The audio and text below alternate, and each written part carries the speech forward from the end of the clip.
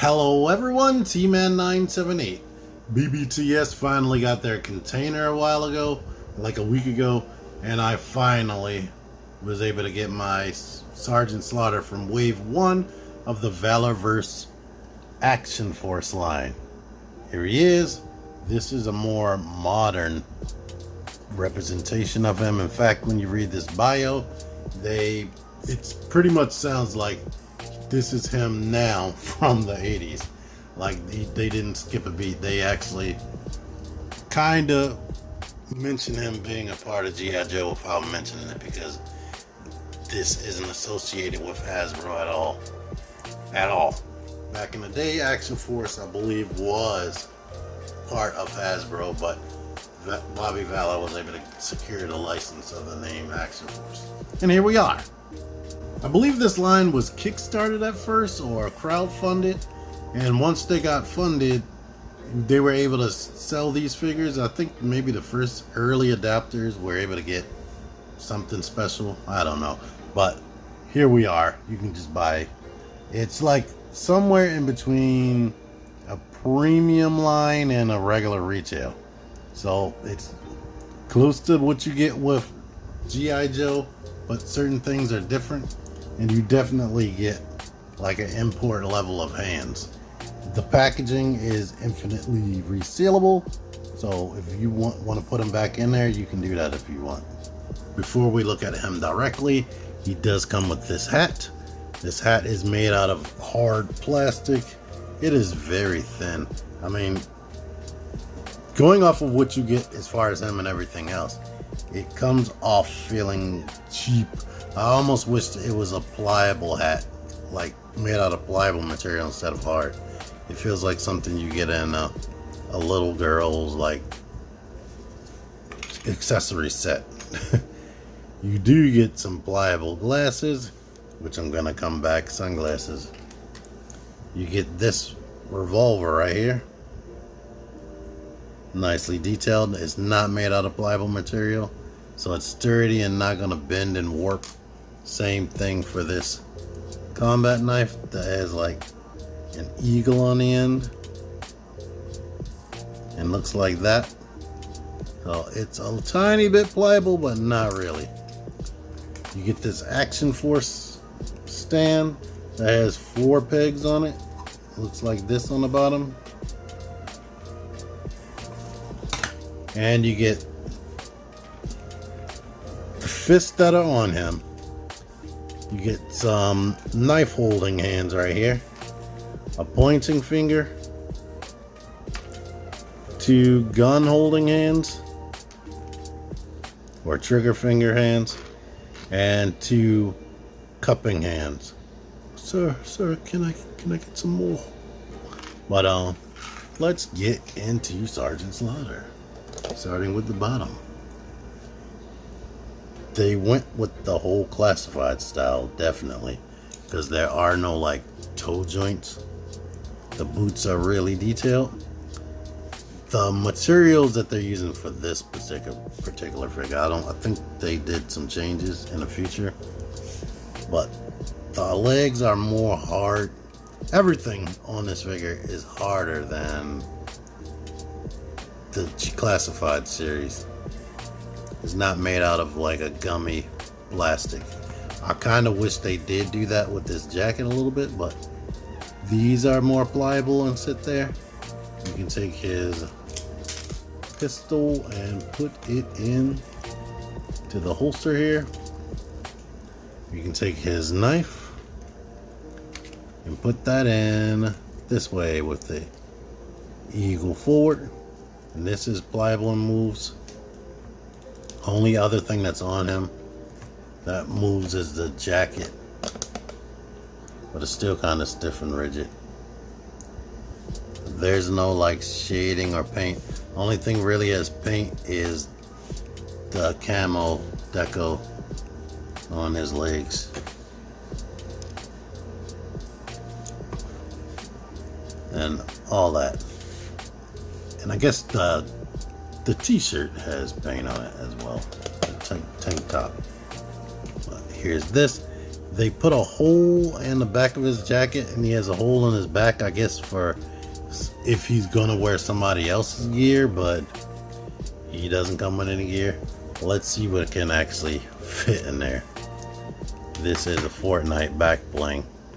I can't really see the hole, but yeah, I am able to get this back bling in there, and it is kind of loose. I'm gonna grab a G.I. Joe backpack and see what happens. Lady J's is on hand. I mean, they fit. Both of them fit. It's not crazy tight, so I can't really tell. The G.I. Joe peg and the Fortnite pegs are typically smaller. I mean, are different shapes. I mean, these are very close, so I need to try something else. Here's Spirit Iron Knife's backpack. Yeah, that's tighter. So apparently the female backpacks are on Classified series are different. But let's do a close-up on this guy's face. And like I said, this is what he looks like now. Where it almost looks like he doesn't have any freaking teeth. He has a Popeye chin. But let's complete his look, which is a problem for me. These glasses, he barely has a nose ridge, and these arms do not hook onto the back of the ear, which is very frustrating.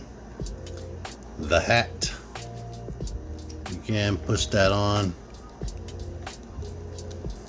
and try to secure it more, but this is his completed look. Yeah, these glasses suck. Actually, they don't suck. They should have sculpted his ears differently, or put little tiny pegs on there and put little tiny peg holes on the side of his head so it can actually latch on. It is frustrating. Like, his whole look has been this hat and these glasses, and if you can't wear them, that's frustrating. So they might fall off, and if they do, I am not gonna fight with it. But yeah, articulation, they can look up a great deal. You can look down. Pretty much all of his articulation is the same as Classified series, except they don't have a ball at the base of the neck. But the arm goes out to here. You do get butterfly joints. They come in a lot forward. Of course, it can rotate. You get the bicep swivel. You get pinless double elbows. All the wrists go in and out like this. Let me make sure I'm not lying there. No, these trigger hands go up and down. And these joints, these hinges on the hands are tight as crap. I don't know if you need to warm them up first or what, but you get the diaphragm joint, which works very, very well forward, because he has the upper diaphragm that's on a ball post, and then the waist is on a ball. So you get a lot with that. That is definitely import style. The G.I. Joe have the figures on the hinge for the most part. The females are on a system like this, but they don't have this much range with. And whatever they're doing, they definitely need to do that for the females. The legs, because of the way this is sculpted, you don't have a problem with him kicking forward. He can kick back. Plus, it has drop down hips, so he can kick up even more. Thigh rotation, pinless double knees, right there. The boot swivel, foot kicks back, foot kicks forward, and ankle pivot. Well, that's great. Getting these hands out. Oof. So here are my gripes with the figure. It's really, really good. But getting the hands out takes too much force. Like, I cannot pull these hands out without knocking everything off of this table right now. And I don't want to do that. The other gripe, the glasses and the hat. That's pretty much that. If the glasses fit on here better, if the hands were easier to remove and the hat stayed on better, I'd pretty much have no problem because he is crazy posable. Before I forget, because somebody might care, here's the sculpting on the bottom of the feet. Alright, here he is in a pose with his weapons. Don't ask me to put all the other hands on.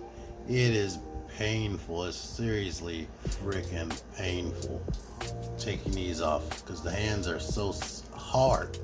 They don't use gummy plastic at all, and that it seems like a good thing because people don't like gummy plastic, but sheesh, for the hands, yeah, they should be a little bit more pliable. But this is cool, and I like this stand.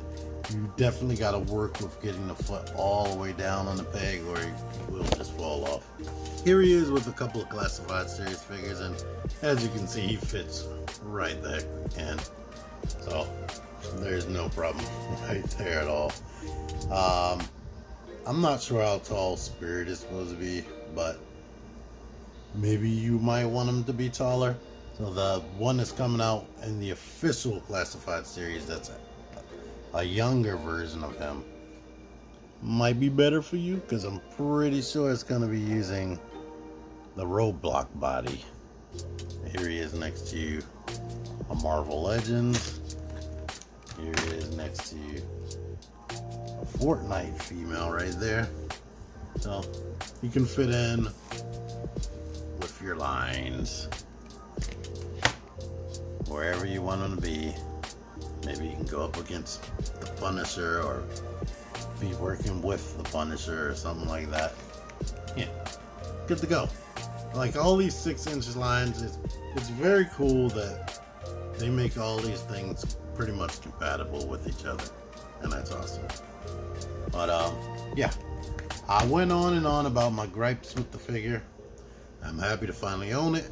I'm not gonna lie, after seeing the Hasbro version and seeing all the things that comes with, which is comparable to this, and if not, it might even have like more or better options, and it's the younger version and not the old guy. Yeah, I was gonna cancel this, but I'm like, you know what, let me keep it because I do want to have a Valaverse figure so I can experience it, and this is a wave 1 figure and it took so long to come out. I'm like, yeah, I can't cancel. Maybe it'll be worth something at some point. But yeah, it's still definitely a good figure other than my gripes. Thank you for watching this. Until next time, T-Man978 out of here. Figure action. That one's me. Join the Syndicate Toy Hunters Facebook group. Link in the description. Click the videos. Click the fucking videos, baby. Click the videos. You should really click these videos. Click the videos. Click those fucking videos, baby. Click the videos. You really should click those videos. Click the